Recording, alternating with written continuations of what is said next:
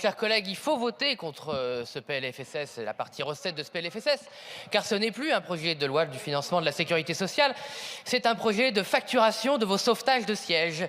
C'est ce que vous présentez aux Français. Il faut payer, il faut que les Français payent pour qu'il y ait un accord entre les LR et le Parti socialiste. Il faut que les Français payent pour qu'il n'y ait donc pas de censure. Il faut que les Français paient pour que nous ne retournions pas devant les urnes. Et ça, ce sont des vraies taxes, ce sont de vrais impôts, ce ne sont pas la propagande imaginaire sur des campagnes de tracts distribuées par des militants que vous n'avez plus. Ce sont des vraies taxes faites en catimini, dans des méthodes démocratiques pitoyables, où les droits du Parlement sont bafoués, où on empêche certaines prises de parole pour passer en vitesse et surtout voter à minuit, pendant que les Français qui bossent vont se coucher, que demain au réveil, ils devront encore payer 2,5 milliards de plus pour payer non pas le sauvetage de la sécurité sociale, mais pour financer le sauvetage de vos petits, tout petits, minuscules sièges que vous n'occupez que pour venir voter des taxes, car vous n'êtes jamais là pour parler économie, vous n'avez aucune économie,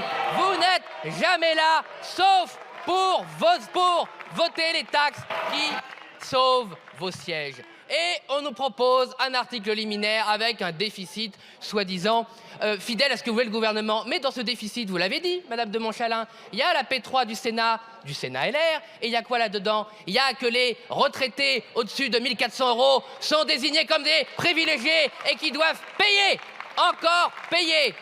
Et surtout, il n'y a aucune mesure d'économie contre la submersion migratoire, aucune mesure d'économie sur la bureaucratie, aucune mesure d'économie sur la fraude, rien. Faire payer aux innocents, ne jamais faire payer les coupables, c'est-à-dire vous.